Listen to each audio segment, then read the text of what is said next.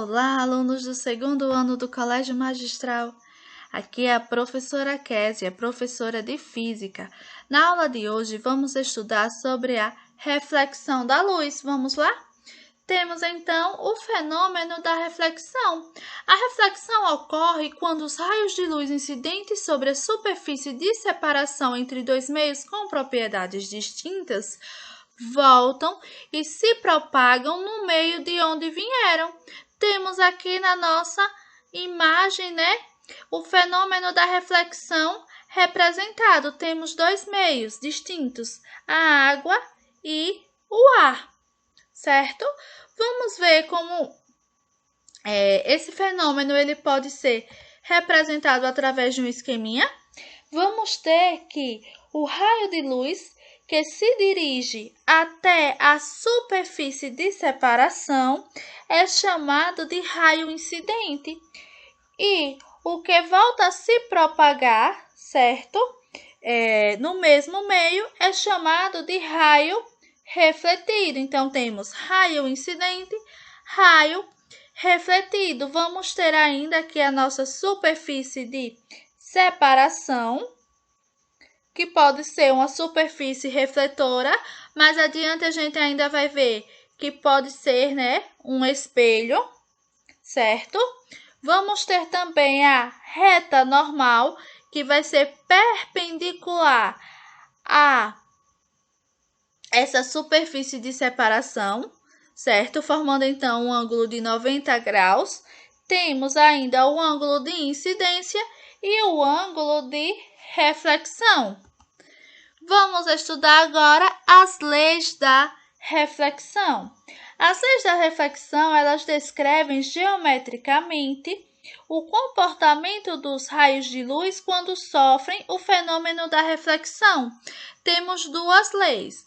A primeira diz o seguinte, que o raio incidente, o raio refletido e a reta normal estão contidos num único plano, chamado plano de incidência.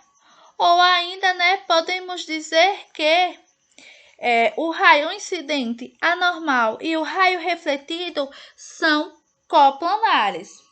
A segunda lei da reflexão diz o seguinte, que o ângulo de reflexão é sempre igual ao ângulo de incidência, certo? Ou seja, a medida do ângulo de incidência é igual à medida do ângulo de reflexão, I é igual a R.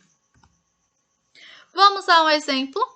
Temos então, olha, a figura representa um raio de luz incidente em uma superfície plana e polida. Letra A, determine o tipo de reflexão sofrida pela luz. Como a própria questão já diz, a superfície é uma superfície plana e polida, logo a reflexão será especular. Letra B, ele diz, determine os ângulos de incidência e de reflexão. Vamos ter o seguinte, que os ângulos de incidência e reflexão, eles são medidos a partir da reta normal. Então, podemos, certo, observar da seguinte forma. Temos aqui a superfície refletora, o raio de luz incidente, que está formando um ângulo de 30 graus com a superfície refletora. Vamos ter também aqui o raio refletido, certo? A reta normal, sendo que a reta normal ela forma um ângulo de 90 graus com a superfície refletora. Já temos aqui 30 graus, 90 menos 30, 60 graus. Portanto, o ângulo de incidência é igual a 60 graus. Pela segunda lei da reflexão, a gente tem que o ângulo de incidência é igual ao ângulo de reflexão. Portanto, R também é igual a 60 graus. Ou seja, I é igual a R, que é igual a 60 graus. Espelho. Espelho é um instrumento óptico com a superfície lisa, polida e opaca, no qual vai acontecer a reflexão regular dos raios de luz, certo? Ou, né, como falei na questão, a reflexão especular. Assim, quando os raios incidem em sua superfície com determinado ângulo de inclinação, são refletidos com o mesmo ângulo, certo?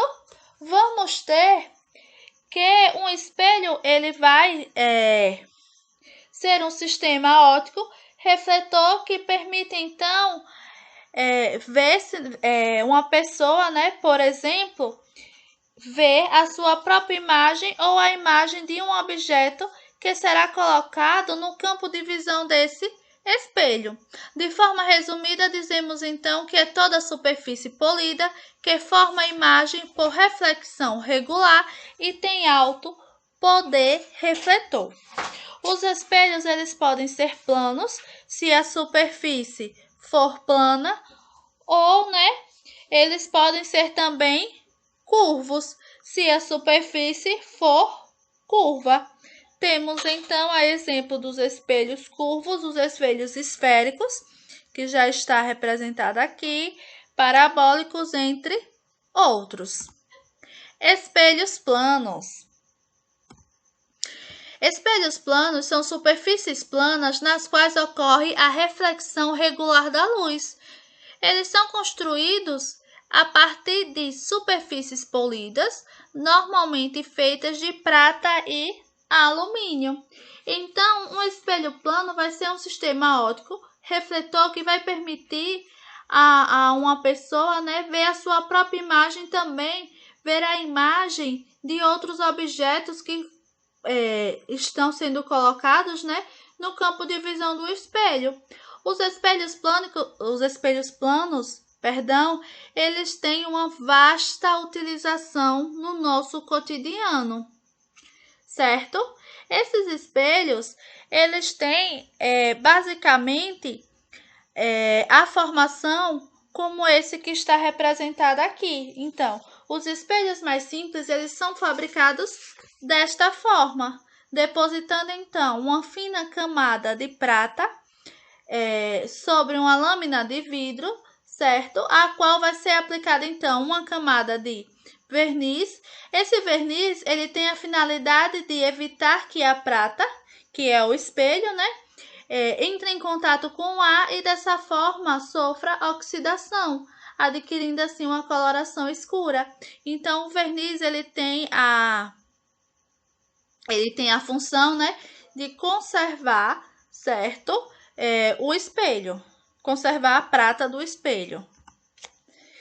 Temos aqui a formação, né, da imagem por um espelho plano. Então, seja um objeto situado aqui no ponto, neste pontozinho aqui antes do espelho, né, nosso ponto objeto, em frente ao espelho plano, então desse objeto vai partir raios de luz, certo? E alguns deles vai ser dirigido para o espelho. Vamos ter, então, que nesse caso, né, para descrevermos como um espelho plano ele vai gerar a imagem desse ponto objeto, podemos recorrer a exemplos simples.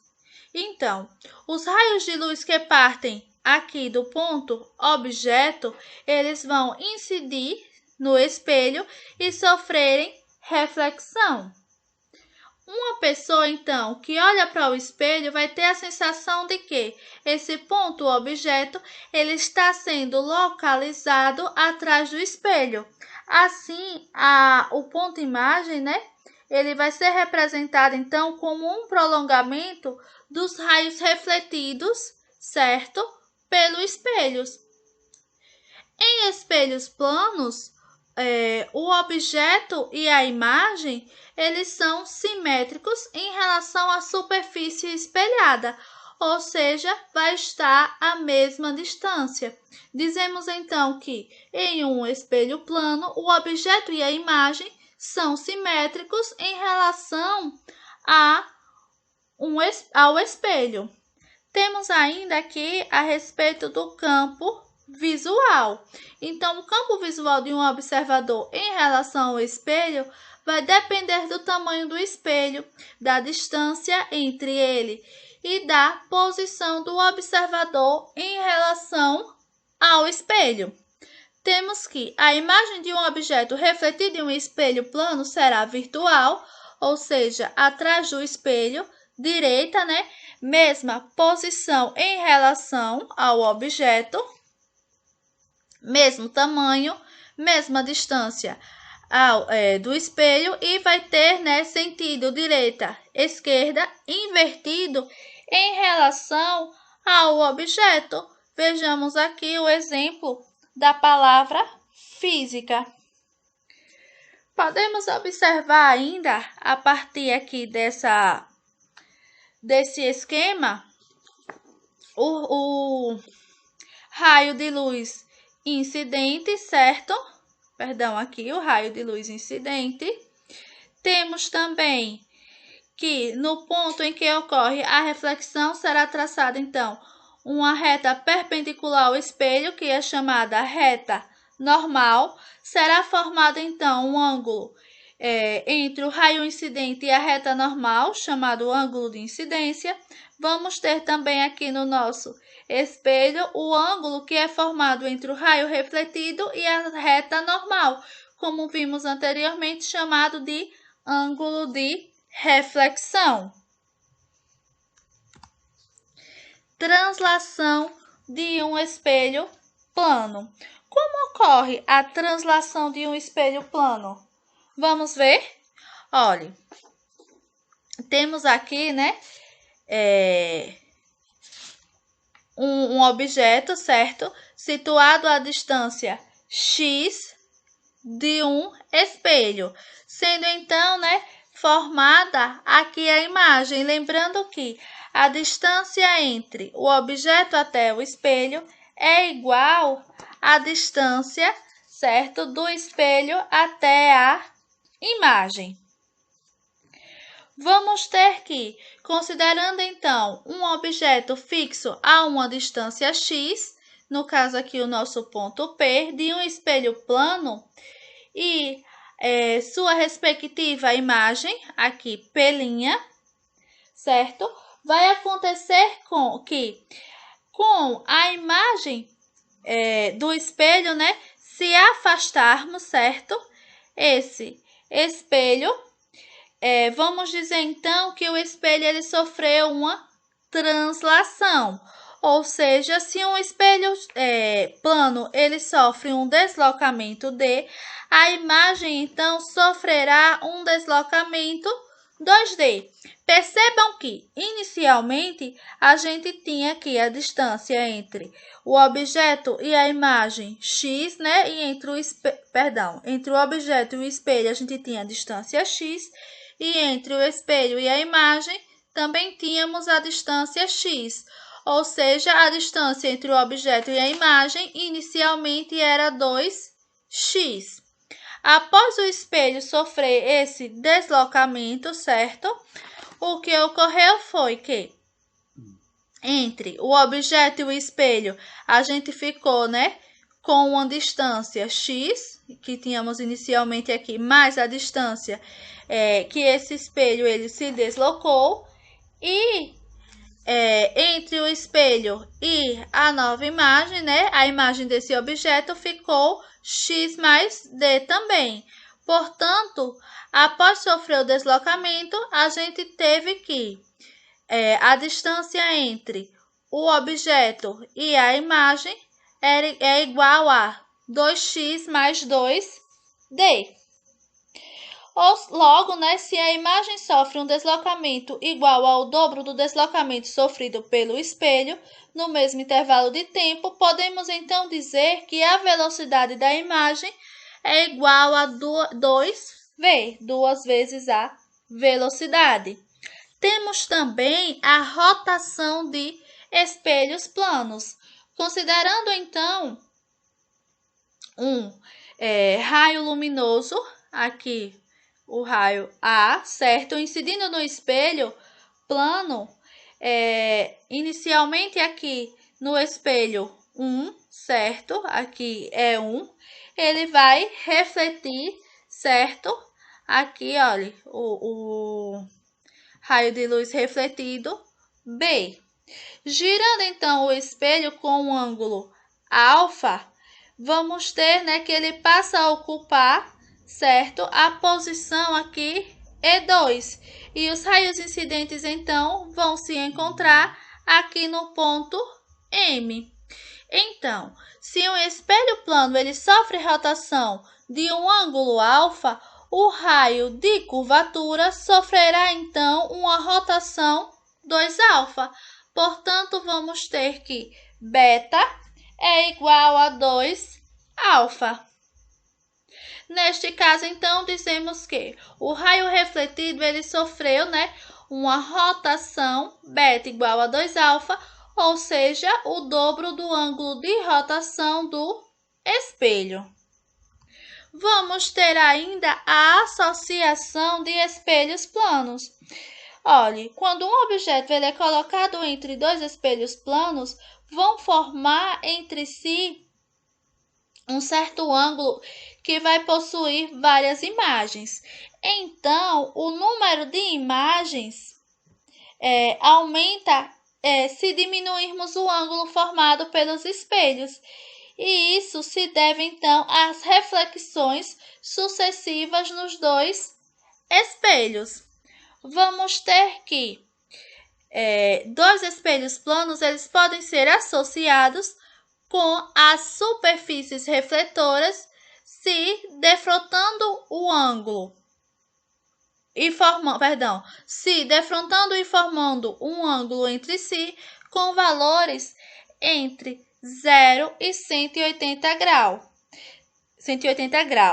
Neste caso, então, verificamos a formação de múltiplas imagens, certo? Cada imagem gerada, então, pelo espelho vai ser vista como um objeto pelo outro espelho. O número de imagens geradas é dado por n igual a 360 graus, dividido por alfa, isso menos 1. Essa relação ocorre na seguinte situação. Quando n for ímpar, a equação será válida para qualquer posição do objeto diante do espelho, certo? Já se n for par, a equação será válida apenas se o objeto estiver contido no plano bissetor de alfa. Se n for inteiro, então, né, esse número será dado por 360 graus dividido por alfa. Então, arredondando para o inteiro imediatamente maior. Se o ângulo formado entre os espelhos for de 0 graus, ou seja, espelhos paralelos, o número de imagens, teoricamente, então, deverá ser igual ao infinito. Na prática, não vai ser bem isso que vai acontecer, porque para cada incidência da luz do espelho, parte dela será absorvida. Então, a partir de certo número de imagens, não podemos mais vê-la. Mais uma vez, temos aqui que n é o número de imagens e alfa é o ângulo formado pelos espelhos. Espero que tenham compreendido e até a próxima aula.